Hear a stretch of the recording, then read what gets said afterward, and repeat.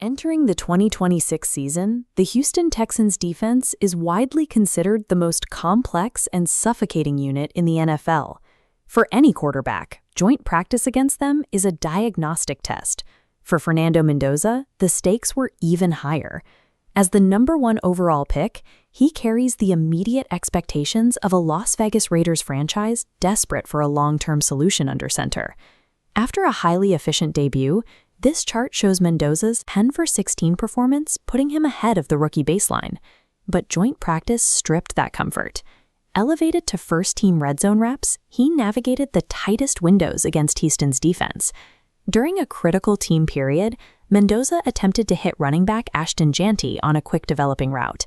However, the rookie miscalculated the safety's depth and rotation at the snap.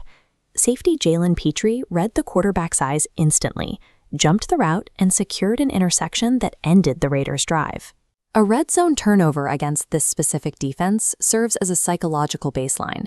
It forces the Raiders to evaluate how their top pick processes a high-leverage failure before he faces a live regular season pass rush. Mendoza's immediate post-practice reaction was defined by a specific kind of emotional distance. He told reporters he refused to view the interception as a personal burden. His logic is focused on efficiency. Dwelling on a mistake creates a secondary psychological weight that can negatively impact the rest of the team's reps during a limited practice window.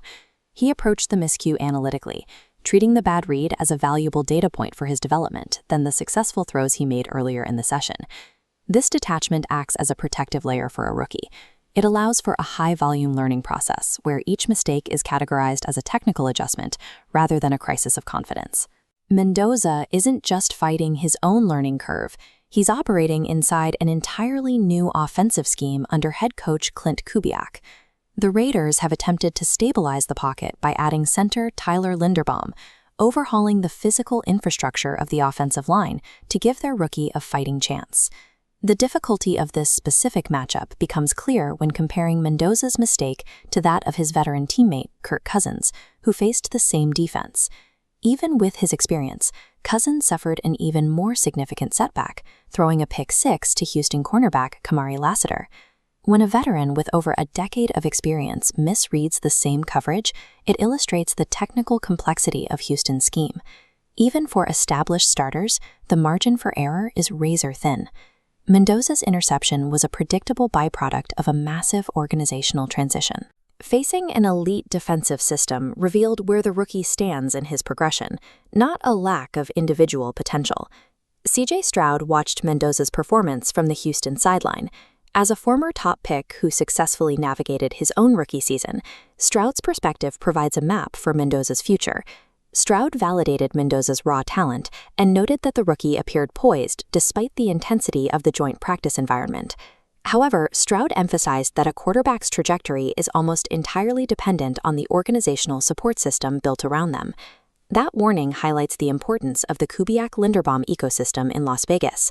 The Raiders are attempting to build the exact type of infrastructure Stroud identified as essential. The combination of mental resilience and structural support creates a viable path for a young quarterback to survive the early pressures of the NFL. The long-term success of a #1 overall pick depends on the ability to weaponize these early failures. Integrating these lessons into a supportive system allows a player to eventually become the definitive leader the franchise expects.